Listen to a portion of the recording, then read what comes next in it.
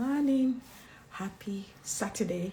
Today is day 5 of Ask Me Anything series, and I'm super excited to dive into today's topic. So we're still on funding stream. Yesterday we covered part 1 of the funding stream that you can activate as a non-profit to fund your work. And so we talk about your board of directors or your board of trustee. And today is another funding stream that we're going to go into. So before I dive into the funding stream for today, I'm going to introduce myself to those that might just be new to my page. So my name is Omotola the Great, and I'm the lead consultant here at the Funding Magnet, where we believe that you can make a living while making a difference, and that you don't have to go broke to make a difference. Also, our mission for 2022 is to aid and support at least 1,000 non-profit organizations or non-profit funders to be able to fully fund their budget. We believe that your mission is fundable, and over the past 8 years that we've been doing this work, we really believe that we have the tools, the support system, the strategies to help you to be able to be successful. We believe that you're champions and you're here for good, and we're here to ensure that you can have everything you need to thrive and to be able to do the good that you are made to do. So that's a bit about myself. And now the reason for this series. So for the rest of this month, I am going to open up to anyone who have any question about any part of the nonprofit, whether it's starting, growing, funding, getting your team to work with you, right? And so I want to welcome all of you. So today's because one of the questions I've always been asked is all about funding. And so I decided to show you the different funding streams that you can use to support the work that you do. And so for today, on our part 2 of the funding streams that you can activate, the one that I am going to focus on today is going to be individual donors. So yesterday was all about board of trustees, board of directors, and how you can activate them to fund your work. Today, I'm going to focus on the individual donors. And individual donors are so important and critical. Research has showed over and over again that of all the different funding streams that are available for nonprofits to use, individual donors are still the number that give the most. That is the one of the funding stream where you get a lot of donors. As of 2019, more than 275 billion was given by individual donors. So of all the different funding streams, there are at least 7 funding streams that non-profit social enterprise can look into activating to fund their work, right? Of all these 7 streams, individual donors give 71%. 71% comes from individual donors when it comes to that. And so it's very essential that you don't belittle the days of your small beginning. It's very essential that you make the time to cultivate the relationship, because more than ever, individual donors are going to outgive any other kind of donor. Yes, in the beginning it might look small, like $5, $1, $10, $20, but I promise you it adds up over time. And so I see a lot of non-profit funders, I see a lot of organizations trying to look for grant and corporate sponsorship, but they totally ignore or don't pay attention to individual donors. But the truth of the matter is, like, getting an individual donor is faster than getting a grant. It's faster than getting a corporate sponsorship, because with an individual donor, you don't have to wait 4 weeks, 6 weeks, 3 months, 6 months before you get funding. It can be a matter of within 24 hours or less than a week, based on your cultivation plan and what you choose to do. And so it's very essential that you activate the individual donors. And the way that you do that is that you don't just activate them to give one time, because that's the mistake I see. A lot of people, they just do one time and then they don't bother to follow up. They don't bother to cultivate the relationship. When you're working with an individual, you don't want to do a one-night stand. Think about relationship. It's all about relationship and courtship. It should not be a matter of one-night stand when it comes to your individual donors. So that's another mistake that I see that a lot of non-profit organization does, is that when they reach out to an individual to give to them, they get the money and then they forget about the donor. They don't bother to have a plan in place to thank them, a plan in place to show the impact of their work. They don't have a plan in place to make the donor the hero, irrespective of what your donor is giving to you, whether it's $1, whether it's 1,000, whether it's 500. You should still highly esteem them and thank them. And so I'm going to share some strategies to help you to ensure that you can activate this funding stream and use it to definitely support your work. It's highly important. Like I said, research has shown over and over again, individual donors outgive every other kind of funding stream available. And so it's still early in the year, you can still activate it to help you. So the way that I teach my clients and the strategies that I show them is to not just do one night stand donation where you do emergency fundraising, they give to you and then you forget about them. The goal is to cultivate them, to make them go from code to become art. So you know, in the world of business, we have what we call the code lead, the warm lead, and the hot lead. The same way for your non-profit, it is applicable to you. There are some people that are code to you that they don't really understand. They are not connected to you to understand why you care about what you care and the work that you're trying to do. And so it's your job to educate them, to show them why it matters, to show them why your organization, the reason why you exist, why it matters. So if you can move from education, and then it's easy to get them to get in and be part of the work that you're trying to do.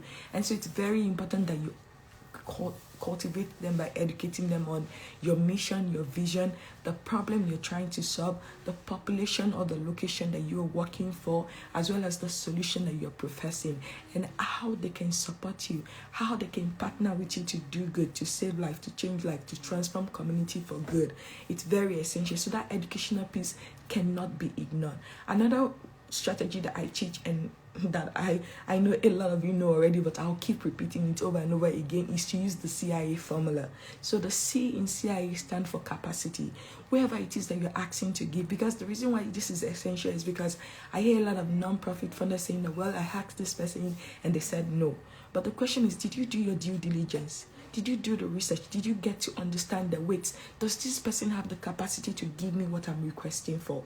So some people, they just ask like blindsidedly, you say, can you give us 100,000? And you don't know whether the person even has 100,000. Maybe all the person can afford right now to give, to donate is 5,000.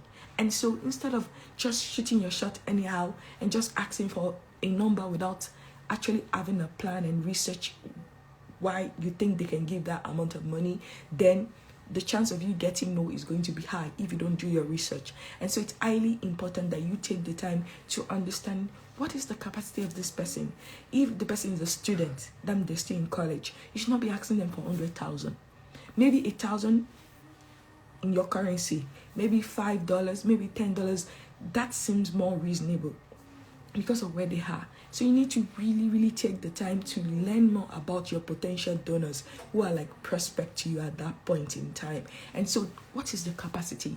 Are they willing? Can they give the amount you're asking for? So that's the first thing in the CIA formula. The next thing in the CIA formula is the I, which stands for interest. It's not enough for them to be able to give you the amount you're asking for. The next question you need to ask yourself before you make the ask is, are they interested in what we do? Are they interested in our mission, in our vision, in the population that we serve, in the location that we operate at?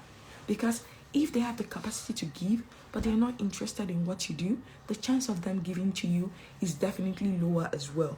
And so it's not enough for them to have the capacity to give to you.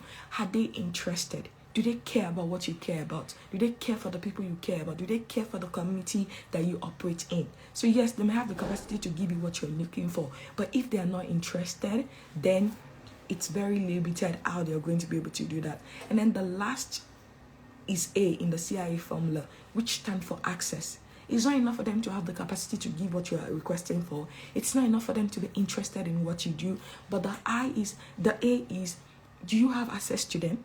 Can you access to them? Can you have access to them by calling, by messaging, whether on WhatsApp or Telegram, by emailing, or having a face-to-face or virtual conversation? So think about it. I know like some past potential clients used to tell me that, oh, if only 𝘚𝙧𝙧 knows about our work, like that is it, we are going to be set for life.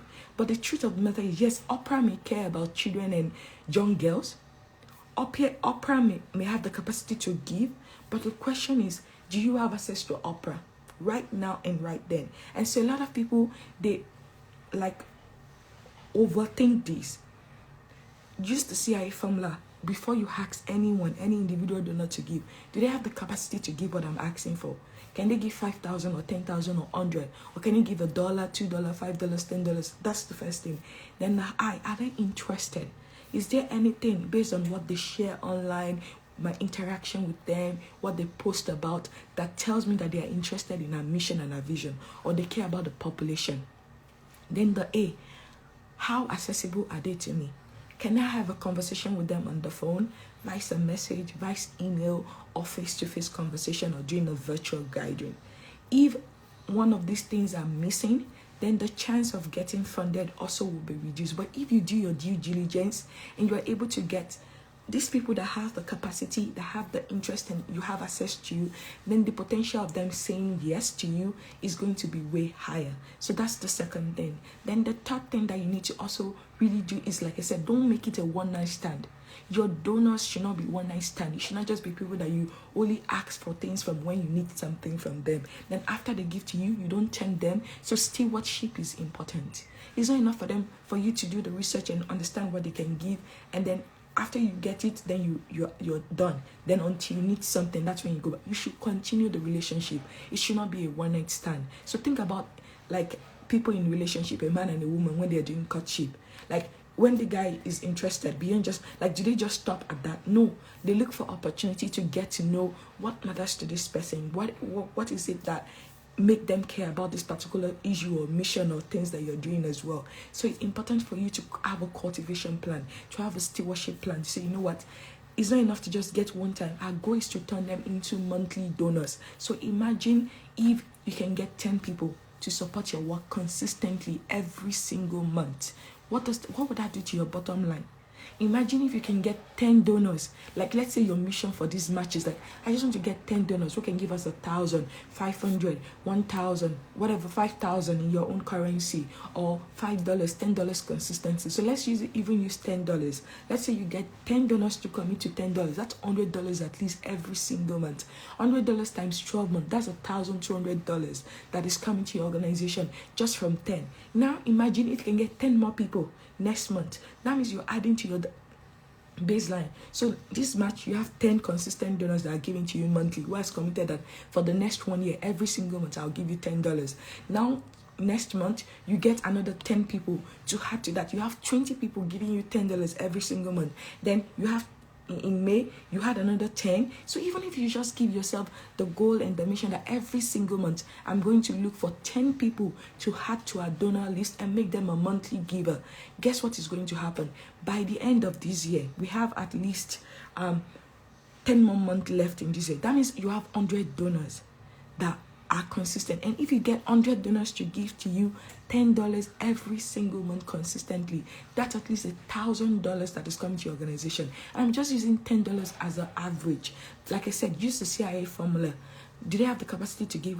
If somebody can give 25, let them give $25 per month. If they can give $5, let them give $5. But on average, you should be able to get at least people who can do that. And so my assignment for you today is to look at your phone. How many people do you have in your contact? Out of that, on average, people have 150 to 200 people in their contact list. Who have you spoken to that you know they have the capacity to give, they are interested in what you do, and you have access to them, that you can talk to, that you can communicate with, that you can develop a relationship to say, I want you to partner with me for good.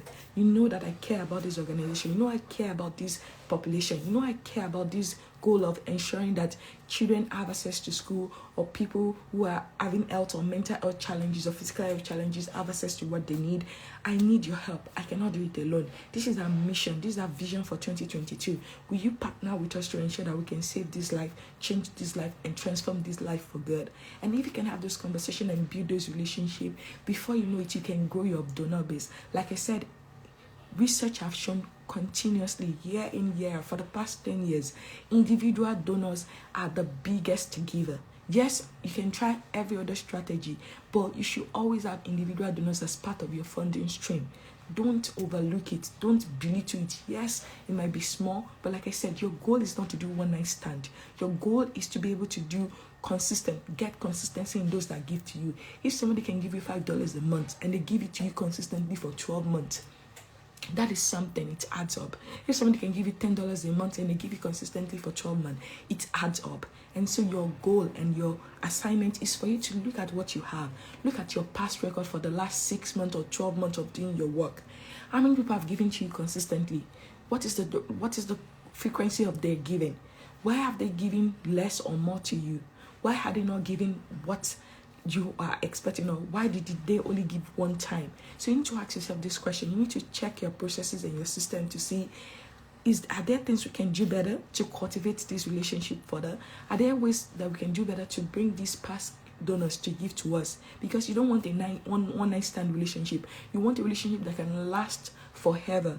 But it takes work. It takes you to sit down and have a plan and create a plan around that, and then you work that plan. It's not enough to have a pretty plan. You need to work the plan, because if you don't work the plan, nothing is going to change and nothing is going to happen. And so I hope this helped you. If you have a specific question, please put it in the chat, and while I'm waiting for the question, or you can send me a DM, I want to invite you. I have a free masterclass. Every single month I do a free masterclass, and next month is going to focus on the fully funded plan. So how do you create a fully funded plan? And one of the strategies I'm going to use is focusing on individual donors. How do you cultivate them? How do you research and learn more about them? How can you make this and activate this funding stream to support your work? It's just one of the funding streams. Like I said, there are at least 7 different funding streams that we can implement and apply. You may not need all 7 right now, but I usually advise that you have at least 2 to 3 active funding streams, so that way, if something happened to the other stream, one is still going on. Not that you're only relying on one. All your egg is in one basket, and so if that breaks, there's no other option. Are you going to stop the work that you do? Are you going to disappoint the people that you said you're going to support and care about through the mission and the vision of your organization? And so that's why it's really important that you activate more than one funding stream and you use that to support the work that you do. And so that works. Okay, thank you. Your question is, in what ways can you grow your relationship with your donors?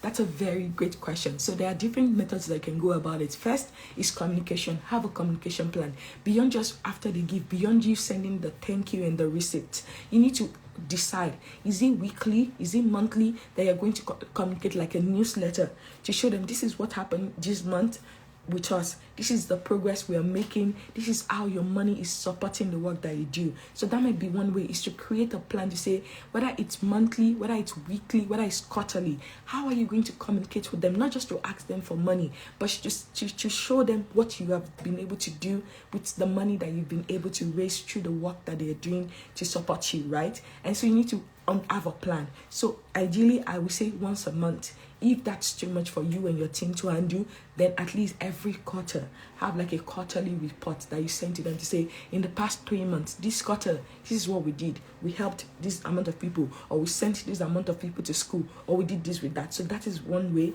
Another way to do that is to invite them to come and see your facility. If you have a physical facility, that invite them to come and see. Have a program to say, come and see, come and interact with some of the people, come and check out the community where your money, where your support is going into. So invite them, because sometimes, like, if you don't ask, they don't think they have the opportunity. So invite them to say, and make it optional, that we want you to come, we want you to come in. And if it's not possible, I know with the pandemic, and thankfully it's dying down, but in case that's still a restriction in your area, do a virtual tour.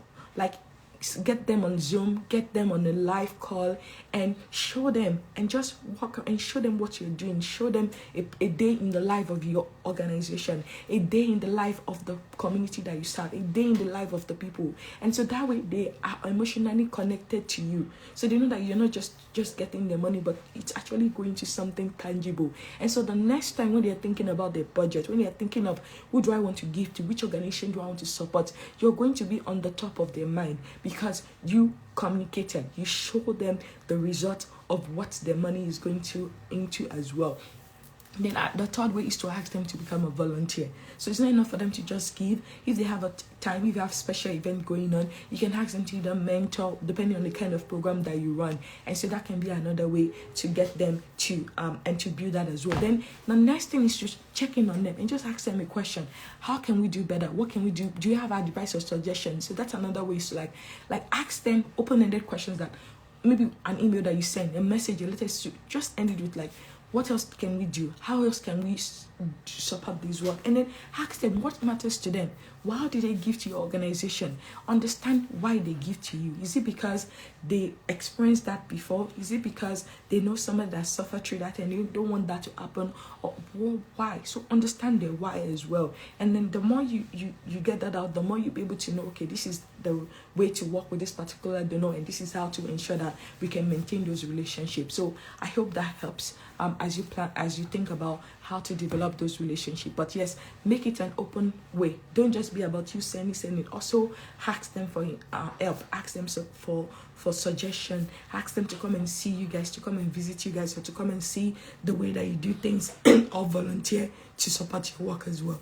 I hope that helps you. If you have another question, feel free to let me know. So go to the link in the bio and go register for the free masterclass that is happening in April. I will also put it on the grid as well. And if you have further questions, you can always DM me. I'm just a DM away. Okay, another question. Also, won't monthly donors question when they see you raise fund online? Because if he or she is making monthly donation, why are you raising for your project? The truth of the matter is, you can never stop raising money. Like, it's always going to be a continuous stuff. So no, they should not be questioning you, because if you don't communicate to them, because think about it, your goal is not to stay stagnant, right?